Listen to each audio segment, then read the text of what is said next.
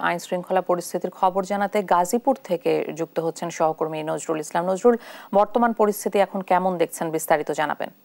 ইশিকা, আপনাকে ধন্যবাদ। আপনি যেমনটা বলছিলেন, আপনারা জানেন যে চলমান যে সহিংস যে ঘটনা সারা দেশে, সেটা কিন্তু গাজীপুরে কিন্তু এখন পর্যন্ত কিন্তু এইরকম কোনো ঘটনা আমরা পাইনি। গতকালকে কিন্তু আপনার যে গাজীপুরের যে মাওনা চৌরাস্তা এলাকা, এখানে কিন্তু বৈষম্য বিরোধী ছাত্র আন্দোলনকারীরা কিন্তু এখানে আপনার পুলিশের কয়েকটি পিকআপ ভ্যান এবং ব্যাপক কিন্তু ভাঙচুর করেছে তারা। তো এই ব্যাপারে কিন্তু মানে আপনার যে বৈষম্য বিরোধী ছাত্র আন্দোলন নেতৃবৃন্দরা কিন্তু শ্রীপুরের মাওনা এলাকায় থানাতে ঢুকে তারা কিন্তু হামলা এবং ভাঙচুর করেছে। তো আমরা যেখানটা আমি দাঁড়িয়ে রয়েছি, গাজীপুরের সবচেয়ে গুরুত্বপূর্ণ জায়গা চান্দনা এলাকা, এখানে কিন্তু এখান থেকে বিভিন্ন যে দূরপাল্লার গাড়িগুলো এখান থেকে কিন্তু এখন পর্যন্ত আমরা যে আঞ্চলিক যে সড়কগুলো সেগুলো গাড়ি চলতেছে, কিন্তু দূরপাল্লার যানবাহনগুলো কিন্তু আমরা রাস্তায় দেখতে পাইনি। পাশাপাশি যে এখানে কিন্তু শক্ত অবস্থানে রয়েছেন আইন শৃঙ্খলা বাহিনীর বেশ কিছু সদস্য, কিন্তু আমরা গুরুত্বপূর্ণ যে পয়েন্টগুলো রয়েছে সেই পয়েন্টগুলোতে আমরা অবস্থান করতে দেখছি। আপনি দেখতেছেন যে ছোট ছোট অর্থাৎ ছাত্রলীগ, যুবলীগ, আওয়ামী লীগের নেতৃত্বে কিন্তু তারা কিন্তু জড়ো হওয়ার চেষ্টা করছে।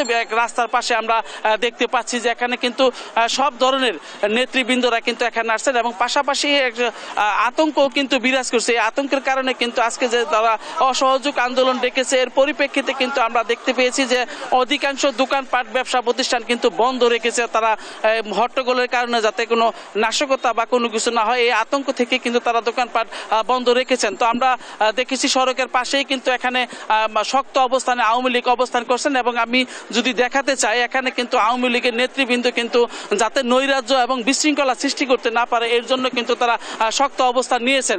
এখানে কিন্তু অবস্থান নিয়ে তারা এখানে আমরা দেখতে পেয়েছি যে এখানে কিন্তু শত শত নেতৃবৃন্দ কিন্তু এখানে অবস্থান নিয়েছেন, যাতে সাধারণ মানুষের জানমাল রক্ষার্থে যেন তারা ভূমিকা রাখতে পারে। এবং আমরা দেখেছি যে সব ধরনের মানুষ কিন্তু এখানে উপস্থিত হচ্ছেন এবং আমরা যদি দেখাতে চেষ্টা করি আপনাকে, এখানে কিন্তু যে আমরা দেখতে পাচ্ছি যে এখানে কিন্তু আওয়ামী লীগের নেতৃবৃন্দ কিন্তু এখানে অবস্থান করছেন এবং তারা সকাল থেকে কিন্তু মাঠ দখল করে রেখেছেন এবং তাদের দখলে কিন্তু সম্পূর্ণ এলাকা রয়েছে। তো আশপাশে যে গাজীপুরের যে সম্পূর্ণ এলাকা রয়েছে সেটা কিন্তু আমরা এখন পর্যন্ত কোনো বিশৃঙ্খলা বা অপ্রীতিকর কোনো ঘটনার আমরা সংবাদ পাইনি।